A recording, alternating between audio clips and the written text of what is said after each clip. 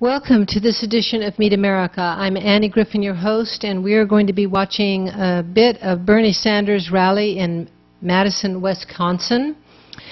And this particular show is about how the media controls who we elect.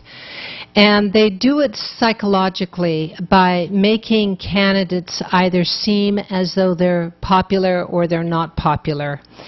And as you know, the corporate media that controls our television, they will only focus on the candidates that they want to have elected in office.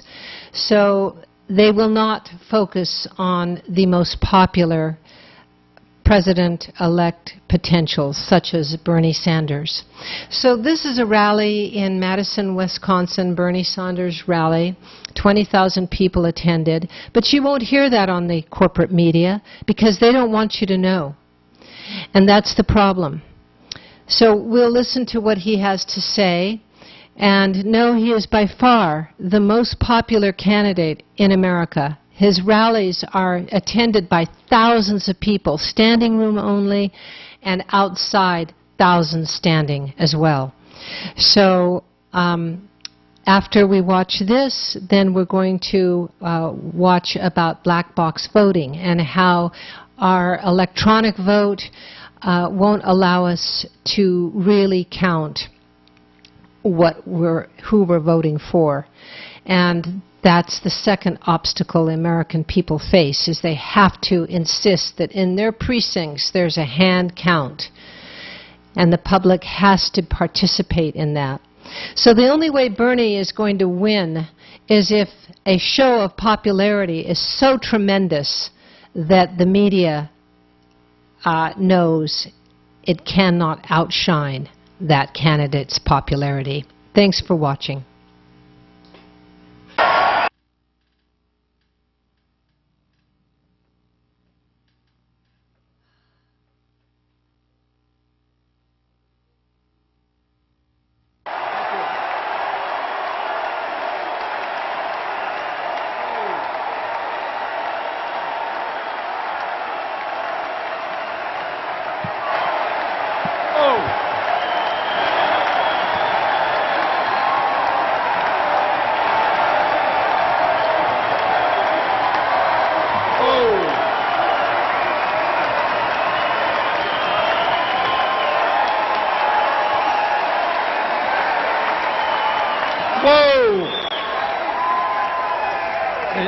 In case you haven't noticed, there are a lot of people here.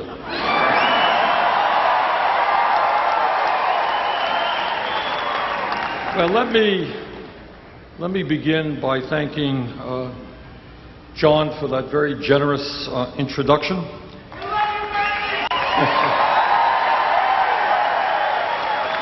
And let me thank my dear friends Ed and Betty Garvey for all the work they've done for Wisconsin and this country for so many years.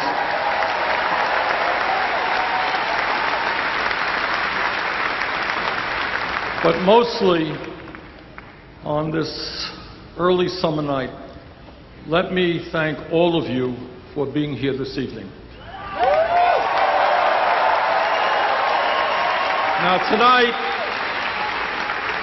Tonight we have made a little bit of history. You may know that there are some 25 candidates running for President of the United States. But tonight we have more people at a meeting for a candidate for President of the United States than any other candidate has had in 2016. Thank you.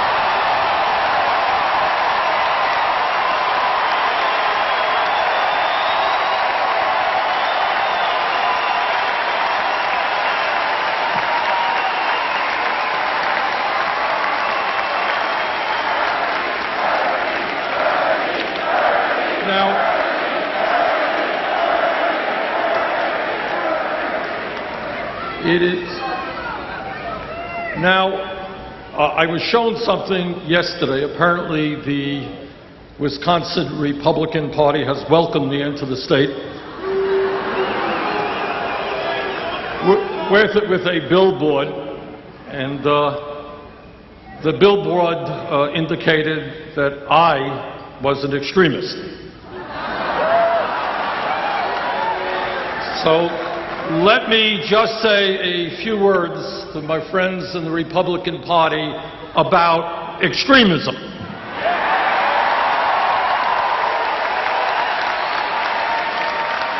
When you deny the right of workers to come together in collective bargaining, that's extremism.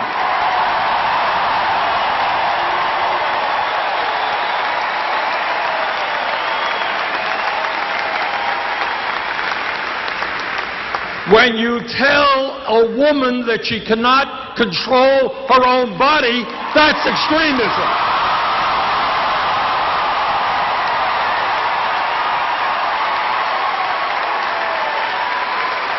When you think a woman is a child and can't purchase a contraceptive, that is extremism.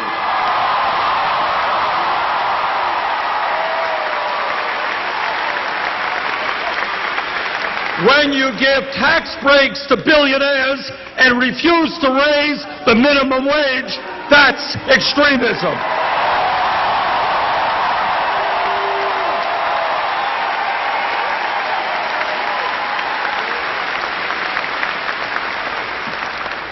But our views, which represent, in fact, the vast majority of the American people, are a little bit different.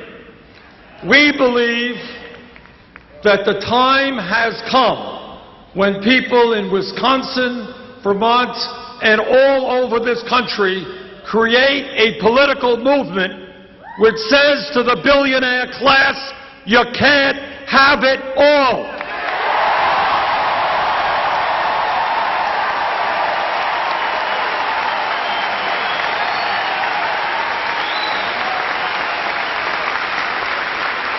And what we are saying to the Koch brothers, Governor Walker, and all of those people is that this great country and our government belong to all of the people and not just a handful of very wealthy people.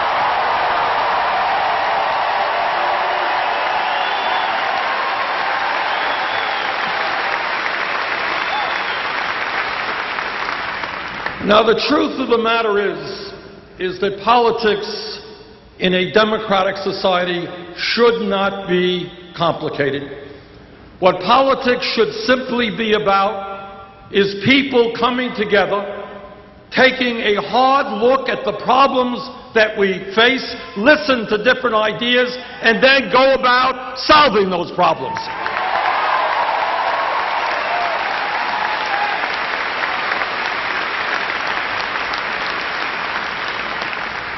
Despite what the media may think, politics is not a baseball game with polls. Politics is not a soap opera. What politics is about in a democratic society is people coming together and improving life for our people.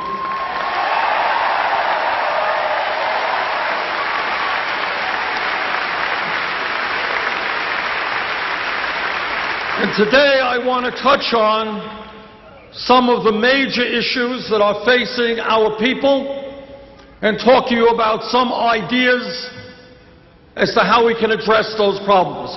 But the first point that I want to make, and John Nichols has already made it, and let me be very clear about this. This campaign is not about Bernie Sanders. It is not about Hillary Clinton. It is not about anybody else. It is about you.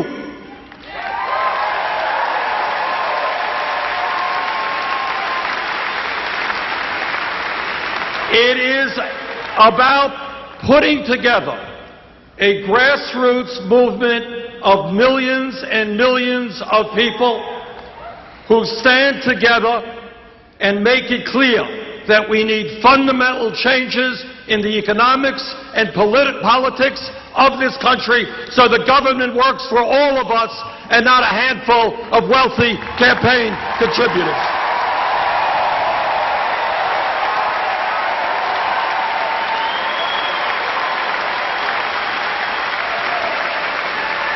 And let me also tell you that in order to win this election, it goes without saying that we need a strong grassroots movement, an unprecedented grassroots movement. But let me say this to you also, and this is something that no other candidate will tell you, and that is that nobody in the White House, no matter how good he or she may be, can address the major issues facing working families and the middle class without an active, politically conscious grassroots movement.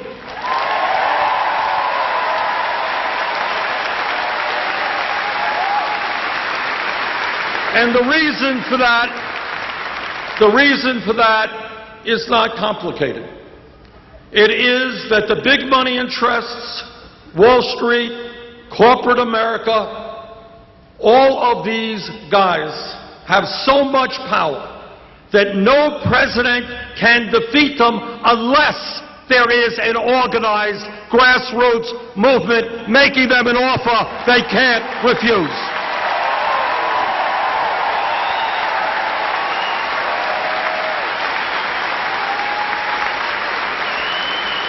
And that is what this campaign is about. What this campaign is about is creating a political revolution in America.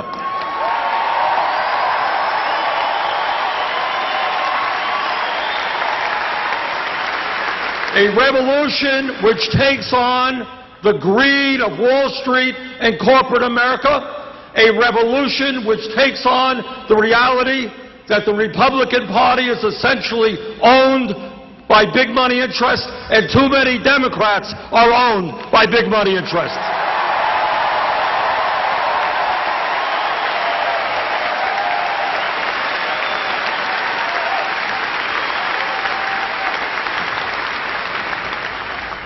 Today, we live, hard to believe, many people don't sense it, we live in the wealthiest nation in the history of the world. That's where we are today. But most people in this country don't sense that, don't feel that, because almost all of the wealth is being held in the hands of a very few.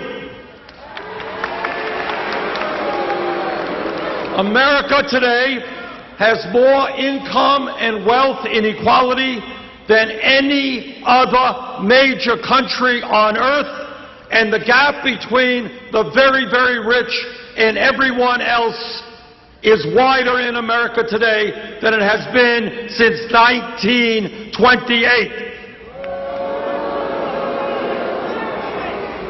The issue of wealth and income inequality, to my mind, is the great moral issue of our time.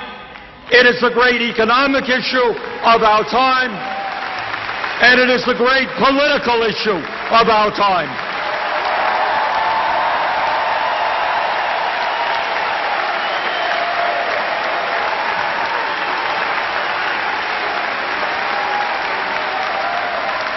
Let me be as clear as I can be. There is something profoundly wrong when today the top 1/10 of 1% own almost as much wealth as the bottom 90%. There is something profoundly wrong when today 58% of all new income is going to the top 1%. There is something profoundly wrong when in recent years we have seen a proliferation of millionaires and billionaires at the same exact time as millions of Americans are working longer hours for lower wages, and we have by far the highest rate of childhood poverty of any major industrialized country. There is something profoundly wrong when one family, the Walton family of Walmart, owns more wealth than the bottom 130 million Americans.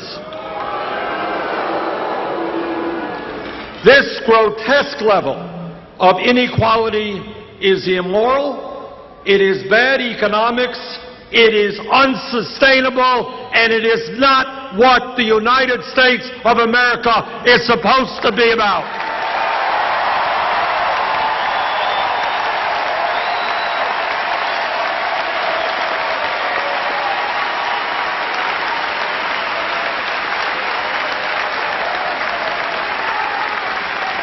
This is a rigged economy, and brothers and sisters, together we are going to change that.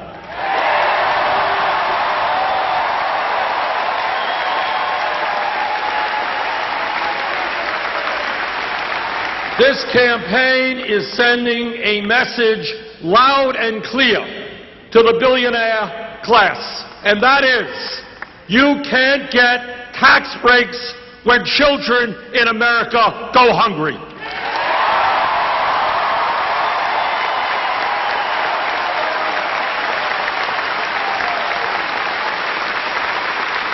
You cannot continue to send our jobs to China when millions of Americans are desperately looking for work.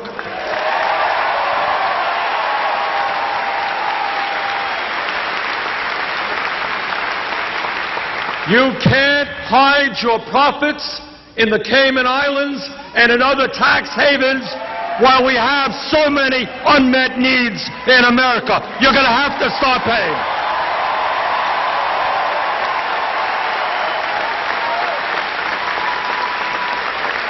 The greed of corporate America and the billionaire class has got to end, and we are going to end it for them.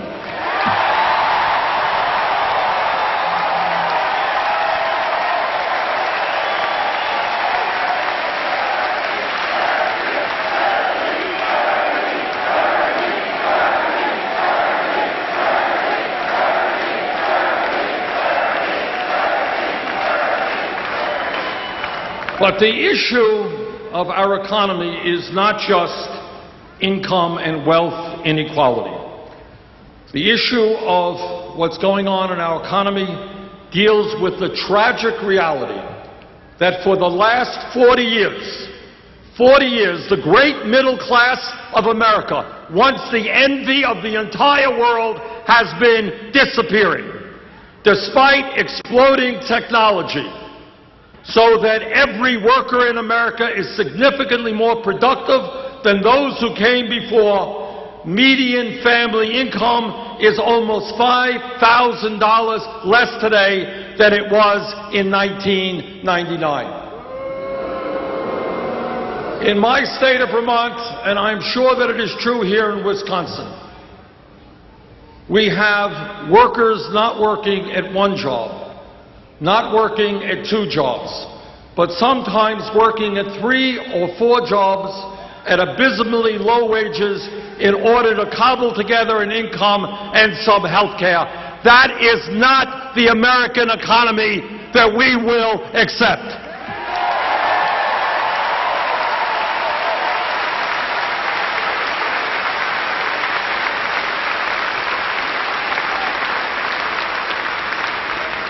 And when you look at the economy, what we have to understand is that every month the government announces a statistic about official unemployment. Currently it is about 5.4%. But if you look at another government statistic, which includes those people who have given up looking for work, and those people, those millions of people who are working part-time when they want to work full-time, real unemployment today is close to 11%. That is unacceptable.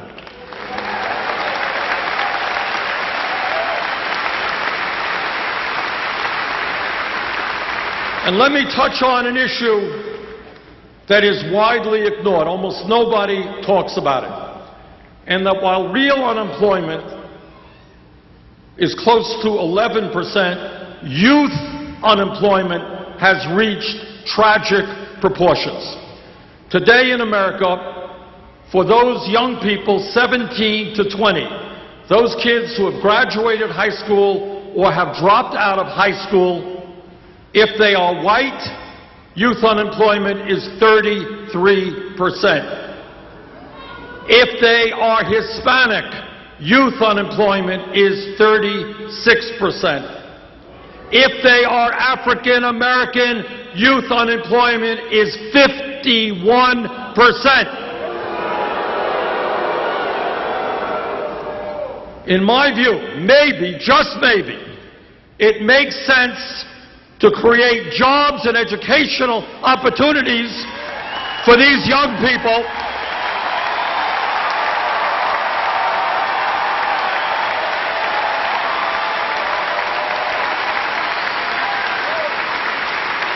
Maybe we should create jobs and educational opportunities rather than more and more incarceration and more jails.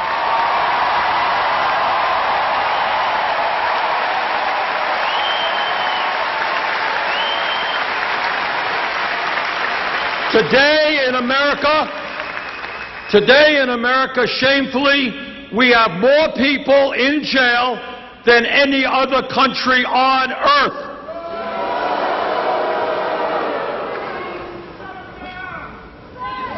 So our job, in fact, is to create a new criminal justice system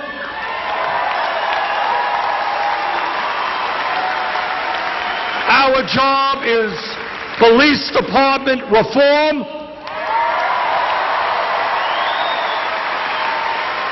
Our job is to make sure that young African Americans can walk down the street without being abused or worse.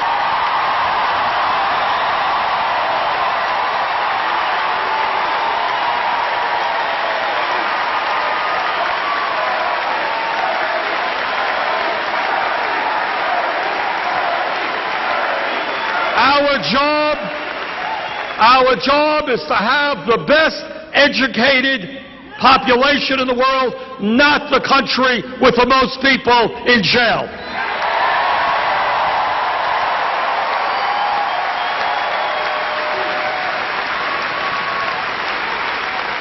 And when we talk about the economy, it's not only the grotesque level of income and wealth inequality, it's not only the unacceptably high levels of unemployment. When we talk about the economy today, we have got to understand that tens of millions of Americans are working in wages which are totally inadequate.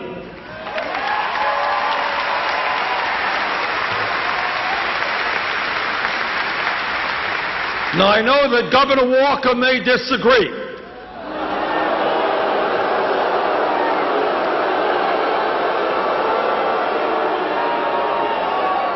But to my mind, the federal minimum wage of $7.25 an hour is a starvation wage which must be raised.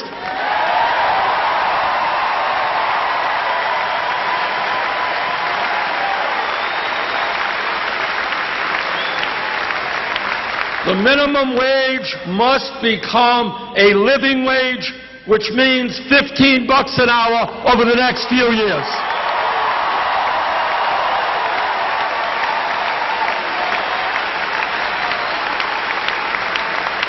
Now, I don't think it is a terribly radical idea to say that in America, if somebody works 40 hours a week, that that person should not be living in poverty.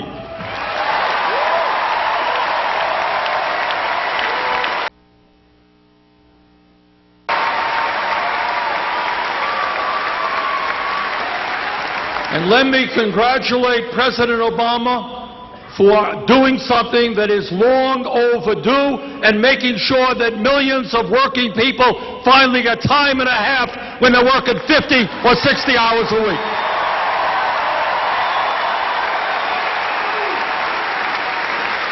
That's an issue that many of us have been working on, and I'm glad the President came through. Now,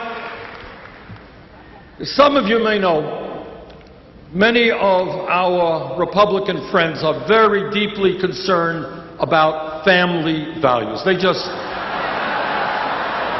love families. And their view of family values is that women should not be able to control their own bodies. Their view of family values is that women should not be able to purchase the contraceptives they need.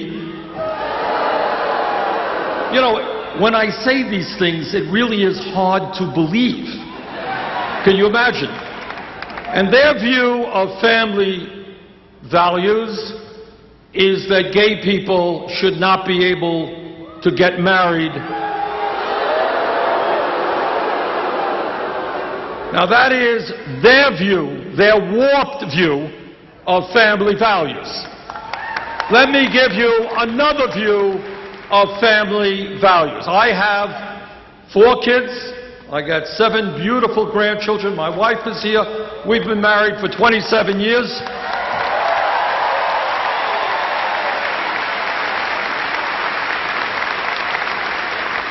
I believe, and you believe, in the importance of family.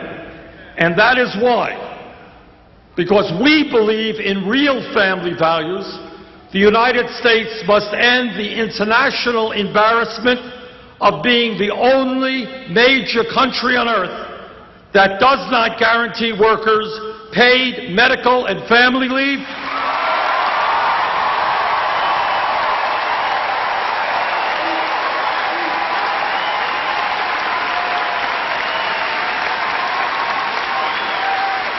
That does not guarantee workers paid sick time or paid vacation time.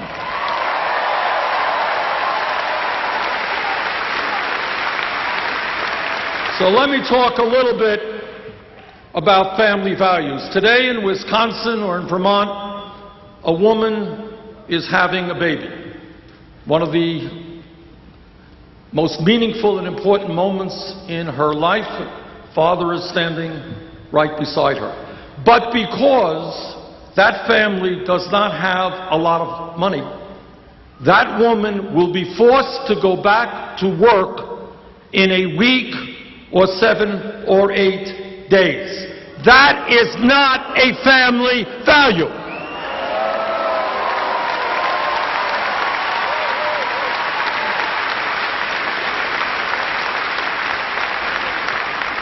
In every other major country, women, regardless of their incomes, and the father as well, are able to stay home with their baby, get to know their baby in the most important moments of their baby's life.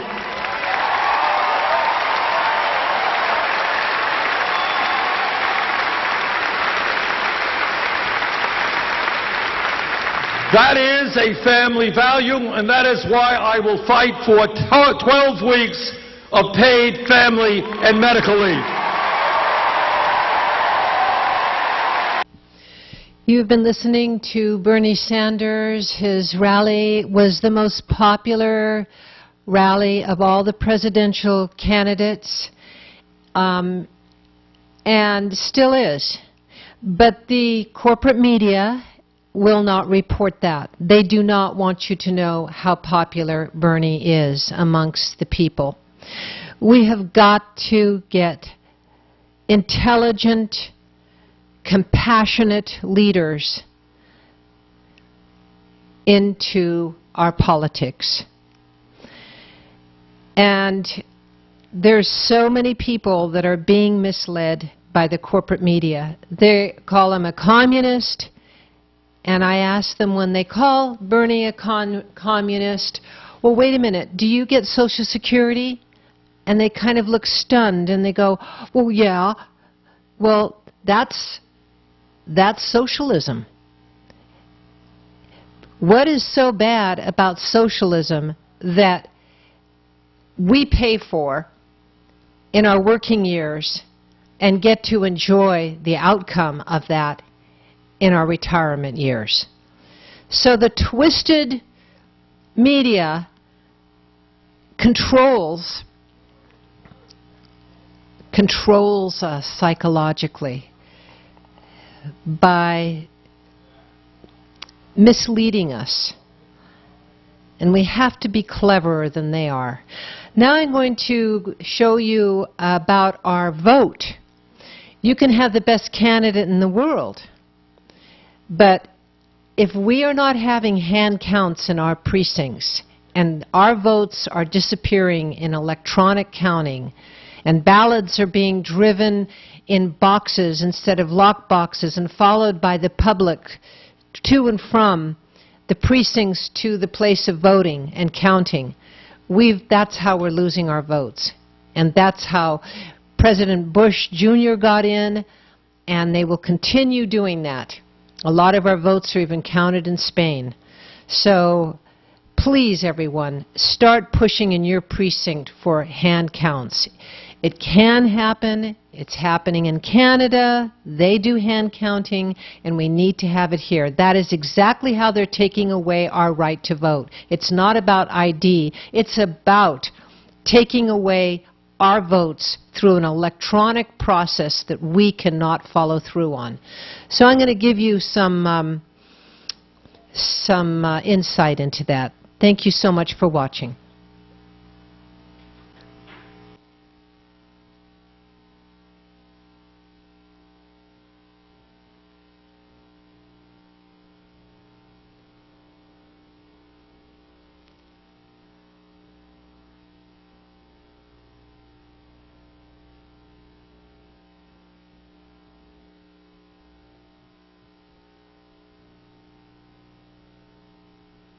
Well, I'm Bev Harris. And I'm Andy Stevenson. Yep, I'm the author of Black Box Voting, and Andy is the Democratic candidate for Secretary of State.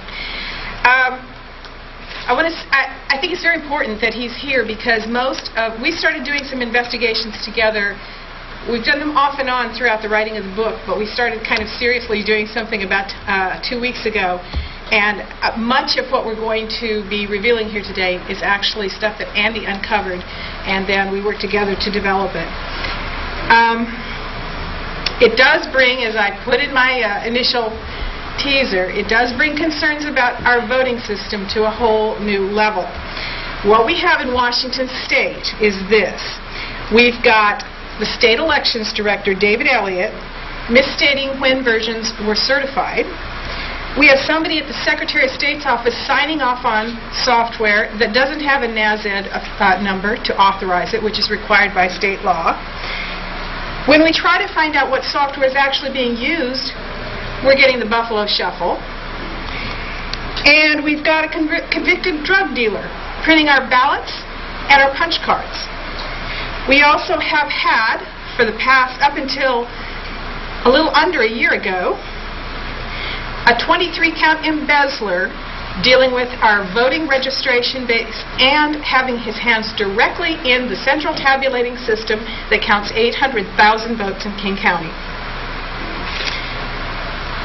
We have documented that we're using unauthorized software, and the internal memos that we are going to provide indicate that 5 Diebold programmers have been uploading this knowing they were not supposed to, in as many as 14 states.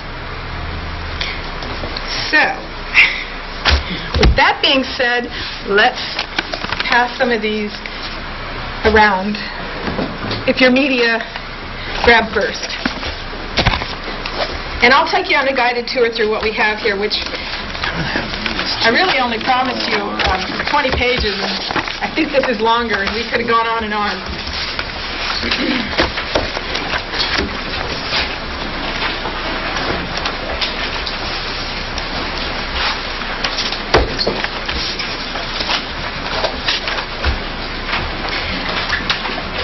If you open it up, the first thing you'll see is this boring little chart.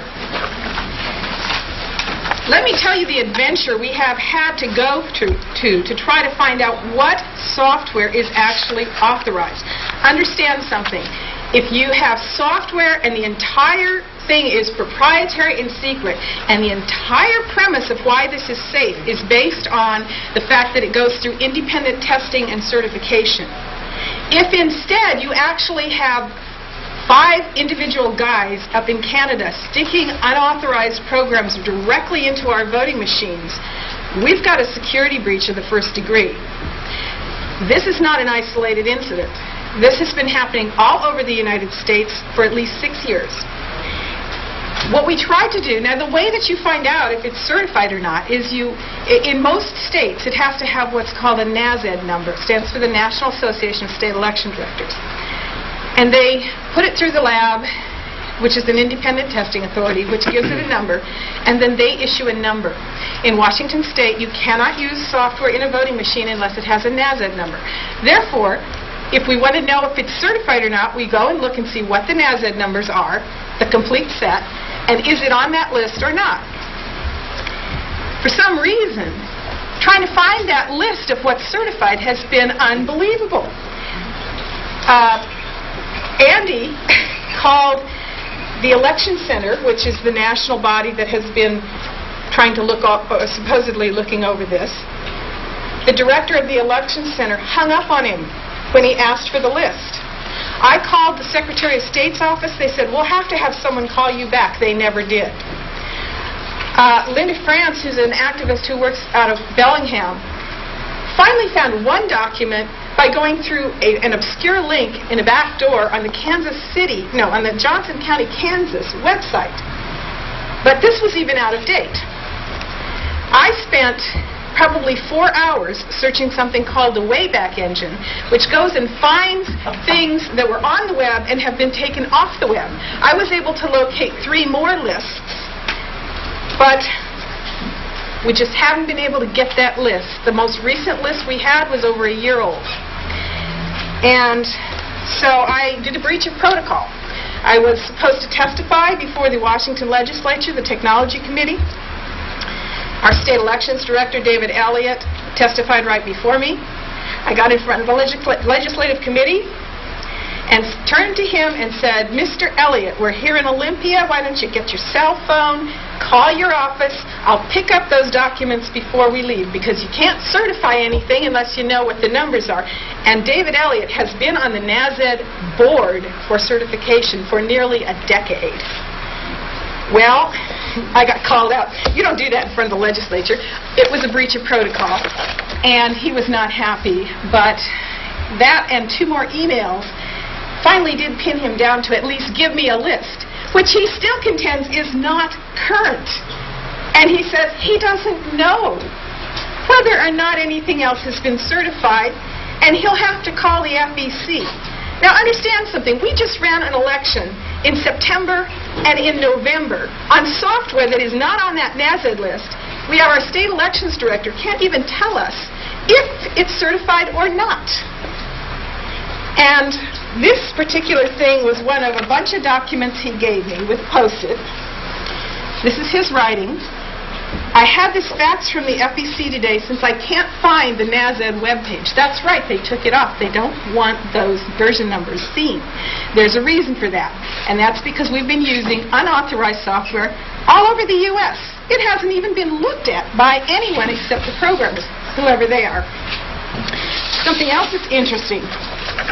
You see something in handwriting down here. Well, that's the version that was used in the last 2 elections. Unfortunately, it does not have a NASED number. We know it doesn't have a NASED number because we called the state of California, which actually gives straight answers. So he wrote in there that it was.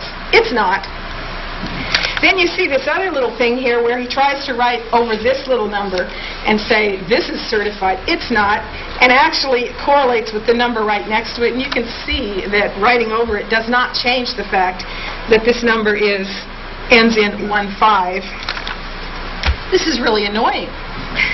We have a state elections director who won't tell us what's certified. So I'm going to take you on a guided tour here. In your packet, you're going to see a thick item called Use of Unauthorized Voting Programs. This is going to document case after case after case after case of putting the programs directly from the computers in Canada into our voting system. And in some cases, it's done by people on site. In Snohomish County, I was on the Mike Webb show a couple weeks ago. Bob Terwilliger, who's the county auditor, was on there. He admitted on the air that his staff member had written program modifications. This is illegal.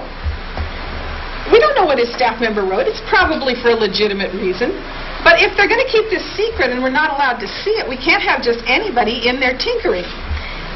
King County, we'll talk about the guy who was dealing with the GEMS program in King County. There was a gentleman who had the keys to the computer, had 24-hour access to the computer room. He could go in 24/7, and he had access to both the entire voter registration system, which contains personal information, which, by the way, can be used by identity thieves and for all kinds of purposes we don't want.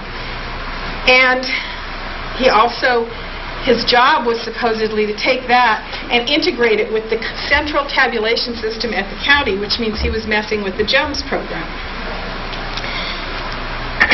It sounds really boring. When I first put this stuff on the web, which I did, by the way, on September 12th, it was the first set of Diebold memos to ever appear in public. That's why Diebold has been hitting us with cease and desist every 2 minutes. It's because they know the selection I put on the web was 24 memos that documented they were using uncertified software in a number of states. That came down in about 24 hours. They know that this pulls the rug out of the entire electronic voting system that we've got set up. You can't have a system where people are willy-nilly making changes in the program if the programming is secret and there's no auditing. So you'll have fun going through this. In this, we also have copies of the emails to Andy Stevenson and to myself, which document King County has been using uncertified software. And David Elliott comes up with these cockamamie reasons. I asked him why we're using a version called 1.11.2, which has never been certified anywhere. And he makes up all this stuff. None of it's true. He tells me that the thing was actually certified in 1992, and it just changed the name. No, it wasn't even invented until 1999. I have the original software and all of the memos and release notes. And so anyway, this is a concern. What this literally means is we have no idea what's in our voting system. Anybody could put any kind of a rig they want. Now, it's probably, let's hope, that all these programmers are honest and all they wanted to do was fix bugs or help to generate some kind of a new report or add features. But what do we really know? I mean, we don't know who these people are. We don't know what they're doing. And that's not how the system is set up. That's not how it was sold to us as voters. We were told that this stuff was going to be looked at and tested. To give you an idea of how frequently this happens, in fact, I just love this. I'm going to give you this great quote. There it is, right on the front page. This is from Lynn Landis, who's actually the reporter that first got me started looking at this. She wrote back in September of 2002, as far as we know, some guy from Russia could be programming our software. Well, now we know. Meet Dmitry Papashin from Vancouver, who has uploaded uncertified software onto the web for use in the United States 180 times.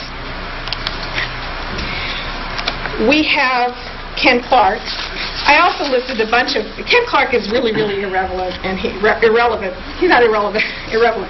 Anyway, he writes a lot of really damaging things. He probably should never get anywhere near email. I don't think that necessarily says anything about his character, but he has some very damaging information in his emails, and in his emails he frequently demonstrates that they know darn well they're not supposed to be doing this. Anyway, you can go through that at your own leisure, and it goes through some of the characters. Would you like to talk about the absentee ballot thing we came up with? Oh, sure. This is also Andy's story. I'm just hijacking it. That's okay. She tells it so well. Absentee ballots. Most of us think that when we receive our absentee ballots and send them off that they're secure. And in some cases that's true. But in King County, there's a middleman. And there's no regulations, criminal background checks, nothing to supervise these people. King County's been subcontracting the processing of absentee ballots for its 500,000 absentee ballots to Diebold to a company called PSI, a private for-profit company. This company is out of Omaha, Nebraska. Now, according to the community release plan obtained for two felons by the name of Jeffrey W. Dean and John Elder, the absentee ballot sorting firm, PSI Group, had agreed to hire them both upon leaving prison. After they served their time for drug dealing and embezzlement. Now, these are the guys that are taking care of your absentee ballots in King County.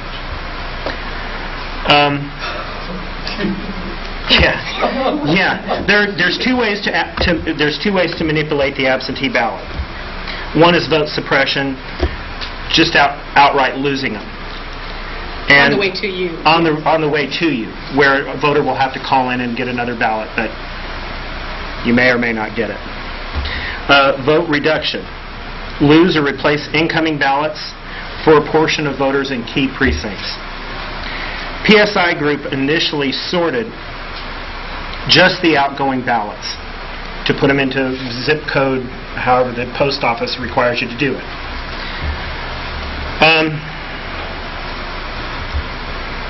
Now, PSI employees have access to the highest risk attack point for absentee ballot security. They're sorting and putting into precinct groups the incoming ballots.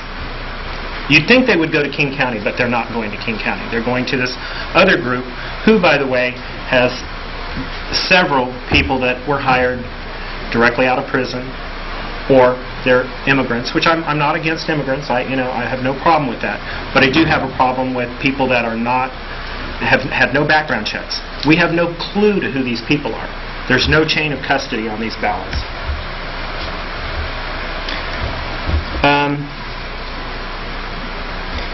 It would make sense to sort the precincts and count. It would make no sense for King County to. They say, oh, well, we sort the ballots before we send them out. Or they say if they say anything. If they say anything. They say we count the ballots when we get them, and then we give them over to PSI. And then PSI. So that would be a cross-check if they just lose some ballots. Right. However. But it makes no sense, because on some days King County is receiving up to 60,000 ballots a day. They're not staffed to deal with the incoming ballots. And if they were sorting and putting them into precincts and counting, why would they send them out to be sorted? That makes no sense. Exactly. We've spoken to people inside. Some people are understandably reluctant to come forward publicly, but we have been speaking to people inside the King County Election Division, and they tell us that it doesn't happen. These things go to PSI Inc. uncounted. And understand what that means. We know how many ballots we send out. We have no idea how many come back in. If you just lose the key precincts and say, wow, there's a low turnout there. And by the way, as I was checking for anomalies when I was writing this book, something that did not make it into the book, but I noticed, is very often there are anomalies in elections where suddenly at the last minute 10,000 new absentee ballots show up. Have you noticed that? Well, this is starting to make me very nervous, because we don't have an inventory system that takes those things in and counts them so we know who the heck sent their ballot in. We're just handing them over to whoever, and they're doing whatever with them. That means basically our absentee ballot system is even weaker than electronic voting with no paper trail. So, you can also, why don't you go into the voter registration list. Venus, you're from Texas. Yes. That's a wonderful thing. Where is that? Oh, that is... security issues, voter security concerns. By now, most of you are aware of the 40,000 files that Diebold left on the web. But they also left, in my home state of Texas, 310,000 voter registration, basically 310,000 voters' private, personal information out on a website, which included a couple of my friends. They are not happy about this, believe me. Basically, right now, if you have a person's name and birth date, you can find out their address and everything about them. If you have their name and address, you can find out their birth date, which opens a whole new gamut of identity theft. You can also have, for example, if you're have an abusive spouse and you've gotten away from this person and you want to be patriotic, now you have to worry about, well, do I register to vote or do I just not vote because my ex-husband may be able to find me through King County voter registration. Now, that process, again, has now been handed over to DeVault, I believe, isn't it? Yes. And if I'm not mistaken, that's another one of these Oh, I believe that was Mr. 23 count embezzlement. 23 counts of embezzlement, right, right. So I think that brings us around to and up to... How many felons does it take to count a vote? Well, we started looking, and, what we did was we actually went up to Vancouver, Andy and I, and started, and we found up there 3 felons from Vancouver who had founded the company a decade ago. It's been a while. But these guys, by the way, were there for 5 years, and they hired 2 of the key programmers who have been uploading this uncertified stuff. In 1988, they formed a company, and they hired 2 programmers by the name of Talbot Iredale and Guy Lancaster, whose mission was to develop the optical scan system for the United States. This system is now in 37 states, as well as King County.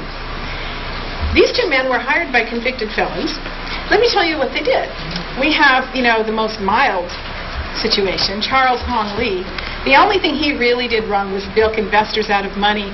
He was ordered to pay $555,000 in restitution. And I never did find out the resolution to the second issue, which is he was accused of bilking Chinese immigrants out of several $1 million and laundering the funds through the Cayman Islands. The second guy, Norton Cooper, was not, you won't find his name in the corporate documents, but you'll find his name whenever you're looking for someone who is marketing this early company and telling people we needed voting machines. Here's how some of these voting machines got started in the United States, folks. It was Norton Cooper coming down and making presentations. Norton Cooper did jail time for defrauding the Canadian government.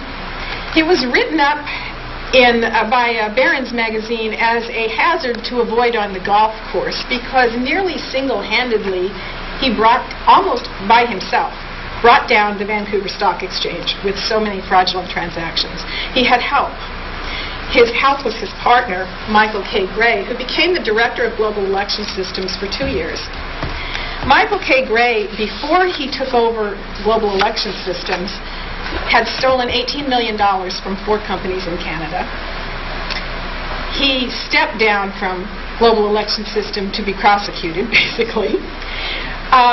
They assigned $1 million bail to him. He couldn't come up with it, so he set up a shell company in Hong Kong and took investments. I believe people thought they were buying an island, and they were actually paying his bail. However, he defaulted on the bail because while he was awaiting trial, he was arrested in the United States for stock fraud. And he didn't leave the United States for 4 years because he was in prison. He then went back to Canada, and he was imprisoned again in Canada, where he still is. So this is the beginnings of the company. And we don't know if there's any more people with troublesome backgrounds because the courthouse closed by that time and we had to come home. But we only actually looked in the criminal section. We didn't even get to the civil litigation section. Again, I find that not the greatest pedigree for the company that is now, the machines that are now counting 52% of the votes in the United States. But then it gets better because, yes, because Andy is schmoozing, he goes and meets more people. You can tell them. Oh, about the current 2 guys. Oh, I will. Do you want? Who's that, Mr.? Oh, we've got Mr. Jeffrey Dean.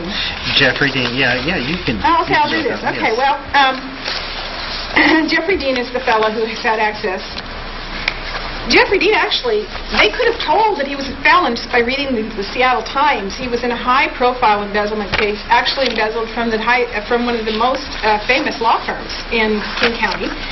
And let me just read you what it says on his conviction. Defendant's thefts occurred over a 2.5-year period of time. There were multiple incidents, more than the standard range can account for. The actual monetary loss was substantially greater than typical for the offense.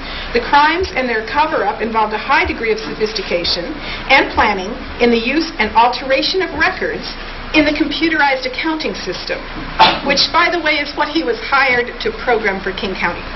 Yeah, if you'll remember, this is the gentleman that had 24-hour, 7-day-a-week access to the King County Elections building. All the way up till December 31st, 2002, by the way. And he also had a key to the computer room. Yes. It also says the defendant used his position of trust and responsibility as a computer systems and accounting consultant for the victim to facilitate the commission of his offenses. Now, this is a man who handles our voter registration information and handles the tabulation of 800,000 votes in King County, but he's not allowed, according to his sentence, to handle any checks. When he was in prison, where he was for 4 or 5 years, he met John Elder, and they became close friends. John Elder was in for an offense that I will say disturbs me less as these things go. He was in for cocaine dealing, and he was in for 5 years. When they both came out, they listed that they were going to PSI Group. John Elder still has a position with Diebold Election Systems. He runs a division. His division prints the it prints all the ballots, actually, and it prints the punch cards. And it prints them not just for King County, but for several states. It printed them for Maryland and some other places. There's a lot of things you can do if you have the printing contract, especially for punch cards. In fact, although I don't spend a lot of time on punch cards in the book that I wrote, you've got the way that you rig a punch card system, the easiest way is to selectively die cut it. In other words, the undesired candidate, his punches are hard to punch out. And the other one,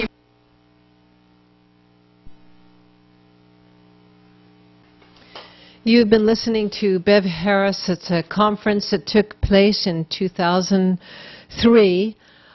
Please visit her website, blackboxvoting.org, and find out just how fragile our election process is. And please contact the Monterey County Elections Office and insist that you have a hand count. And you will find every excuse under the sun because our votes are being stolen from us, in my opinion, and not just my opinion, but these hardworking people that have worked so hard, such as Bev Harris and others, that are trying to make our elections safe. Thank you so much for watching Meet America. I'm Annie Griffin, your host, and we're going to sign off now.